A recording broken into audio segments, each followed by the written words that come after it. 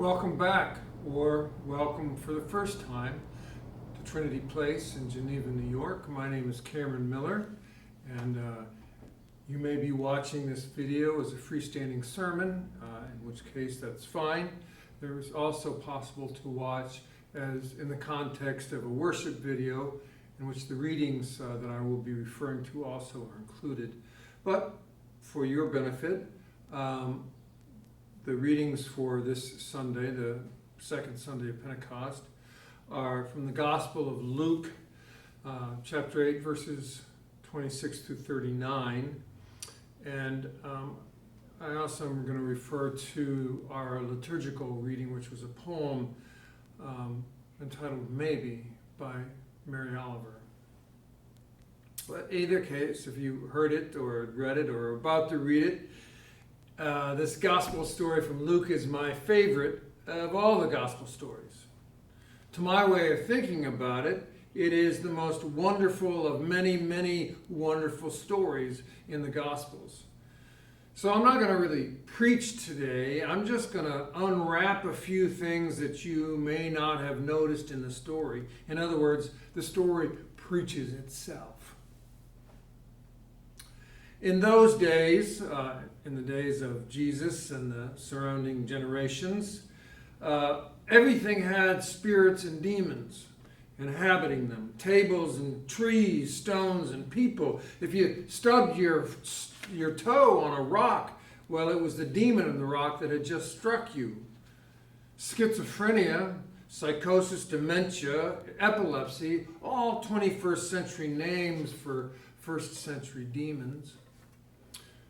By the way, I know that the poem, Mary Oliver's poem, is not exactly a match with this story. In fact, it goes with the Jesus stilling of the storm story. But think of the wild man in the cemetery from today's story as a storm, a killer storm, and the Mary Oliver poem works beautifully with it. Now, we do not know what hour of the day Jesus and his crew arrived on the shore of the Gerasenes. For dramatic effect, I like to imagine that it was dusk. Now, no first century Judean or Galilean in their right mind would willingly go to Pigsville if they didn't have to. You hired somebody to go there for you if you could. The country of the Gerasenes was pig country, where Gentiles like us lived. You know, goy, pig eaters. To put it mildly, such people were spiritually filthy.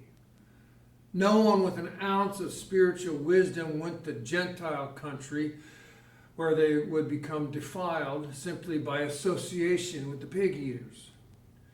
And that makes me think that Jesus and his crew got becalmed on the lake and finally ended up drifting to the wrong side. Maybe it was late and they were tired, so they figured they'd go sleep on the beach until dawn and then they'd shove off. But that's not how it all came down. Because immediately, as soon as they took their first step onto the beach, they were met by this demoniac. Now, here's one of the little details of this story that I just love. In the translation that we're reading from today, Luke calls him the madman from town. But the translations that stick closer to the original say, a man from the city who had demons. Now, think of the severe social and political rupture that we have now between urban and rural America. Jesus and his disciples were mostly country peasants. The demoniac was an urbanite who had fled into the wilds and been chased into the wilds. It's worth noting, I think, that Jesus was popular in the countryside but found himself crucified in the city. So this story might be some kind of foreshadowing. The demoniac was also naked. Public nudity was not allowed in Judaism, and living among the dead was a defilement as well. So Luke says he'd been naked for a long time, forced to live in the cemetery, by which he might have meant that the wild man didn't have any tan lines. So a big, naked, hairy guy met them on the beach, probably smelling to high heavens, and immediately began shouting at the top of his lungs. Another cool detail. You see, Spider-Man and Superman and Batman would have beat the guy up or killed him, because that's what our superheroes do. Our gospel guy heals the enemy. Compared to Marvel Comics or James Bond, Jesus is kind of boring. Confronted by this wild, screaming, massive, ferocious energy, Jesus does something truly astounding. It's something that even you and I could do if we ever had the presence of mind to do it. In response to this loud, menacing figure, Jesus simply asks him his name. What's your name? But it's not Jesus just practicing good manners. In that culture, to know the name of someone or something was to know its essence.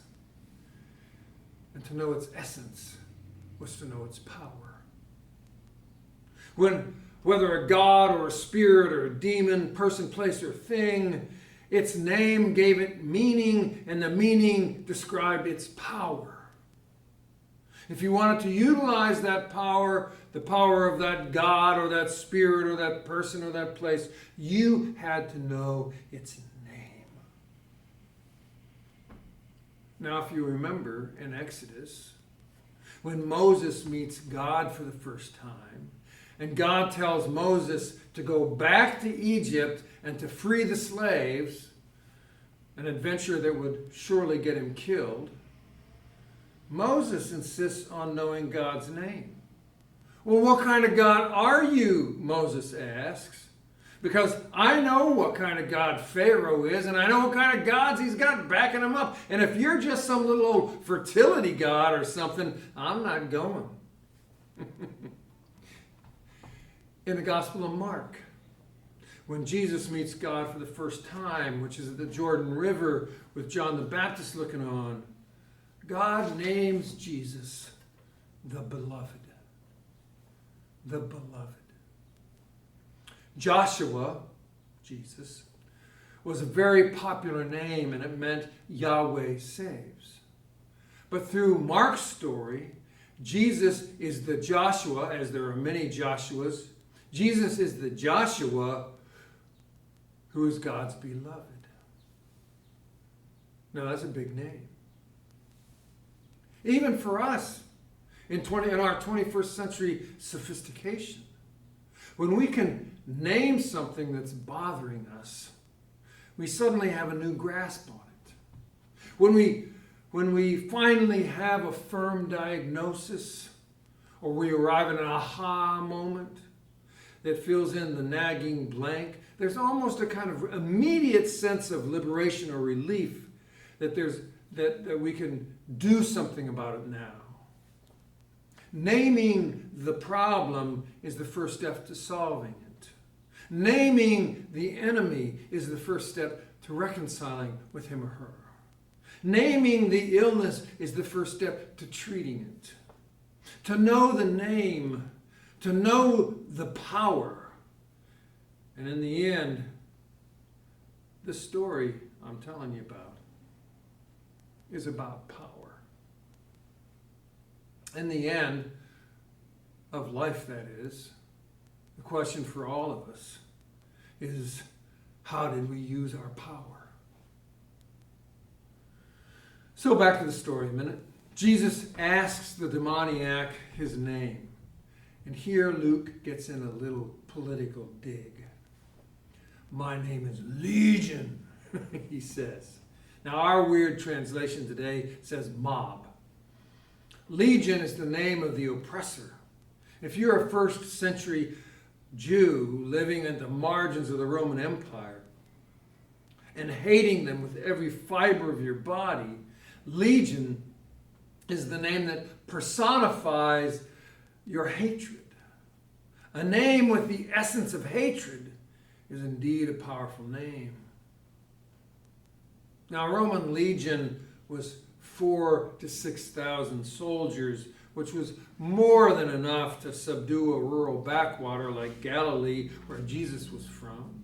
6,000 soldiers could crucify, rape, and pillage a whole lot of peasants. 6,000 Roman soldiers could tax and bankrupt and dispossess an awful lot of people.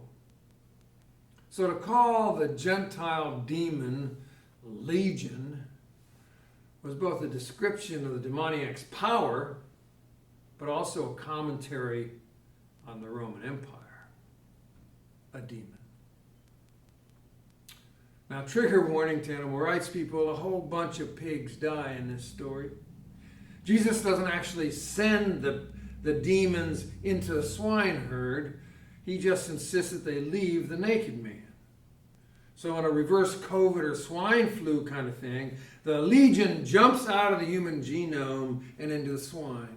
And then they all run off the cliff and die. The pig here is obviously a metaphor for everything that's wrong with Gentiles. But the fact that Jesus is engaged in healing a Gentile, well, now that's pretty radical. The fact that he has anything to do with people like us was incredibly radical. To truly pick up on this story, we have to think Bernie versus MAGA, Iranians versus Saudi Arabians, Pakistanis versus Indians, Palestinians versus Israelis. The implications of this first century story about Judeans and to the Judeans and Galileans was that all borders can be crossed, no boundaries will be kept, and no limits will be acknowledged to the love of God around the table of community. Now, you and I can intellectually assent to this idea, but if we truly lived it out, we would not live in segregated neighborhoods and lead lives and hold friendships so thoroughly segregated by class, ethnicity, non-gender fluid, race, age, and sexuality. If we really bought into this ideal of diversity and inclusion that is so often touted in the least diverse of settings, then building congregations and institutions with deep and meaningful diversity would not be so difficult. Rather, it would be the natural thing to do. So if we're really honest, this story has as much bite now as it did for those who first heard it. Well, there's two more little bitty nuggets tucked into the end of this story, and they're two of my favorites. The Gerasenes are scared to death of Jesus after this whole thing with healing the demoniac. And so what do? They ask him to please leave the country. It doesn't say why Jesus scares them so much, but I think it was the fear of Jesus' economic impact. I mean, if Jesus would so easily allow the devastation of private capital for the sake of one naked, flailing demoniac, then there's no telling where Jesus' influence would lead, how Jesus might use his power. Clearly, his values were inverted if he thought the cost-benefit ratio of the demoniac to the valuable herd of pigs was acceptable. See, they didn't want an influence like him around, especially one with a kind of power that they couldn't control. The demoniac had been bad enough, but clearly Jesus had more power than the demons. Now, finally, and to tell you the truth, my favorite part of this story is the surprising ending. It ends like it began, on the beach with Jesus and his pals getting back into their boats, and the now healed demoniac right there in their faces. By the end of the story, the healed demoniac has showered, shaved, and dressed, and so he's much more pleasant to be around. But still, when he asks to go with Jesus, Jesus says no. The poor guy begs. It says that he begs to go with them. But Jesus says no. No, you can't come with me. Please. No, you cannot get into the boat and go with me. Please. No, you cannot follow me. What I love so much about this ending is how subversive it is to evangelical and even mainline Christian thinking. No, not everyone has to follow Jesus. No, not everyone gets to follow Jesus. Jesus tells the sad and downcast man to stay at home. Stay at home and tell people he lives with, the ones he works and plays with, tell them about how good God had been to them. In other words, Jesus sends him to be where he has the most power, with the people he knows and who know him. I told you this was a story about power. Power is the ability to influence and the ability to influence change.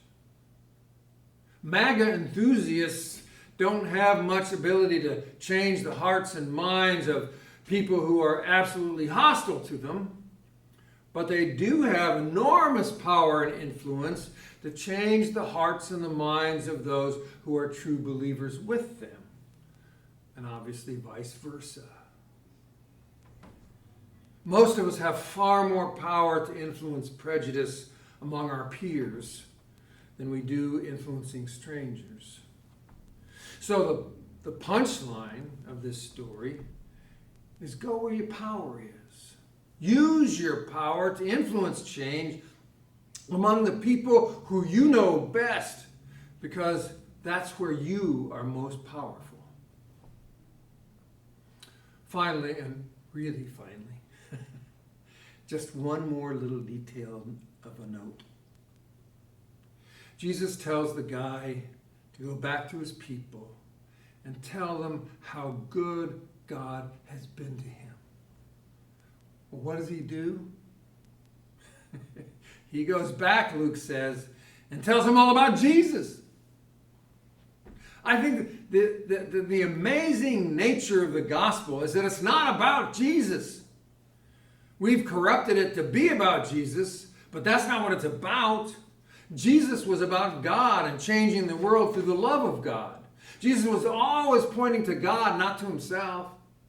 But the succeeding generations made it all about Jesus.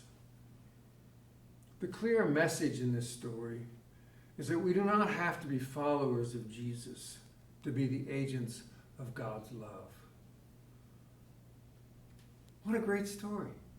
So incredibly unexpected. It's all about using our power to change the world as agents of God's love.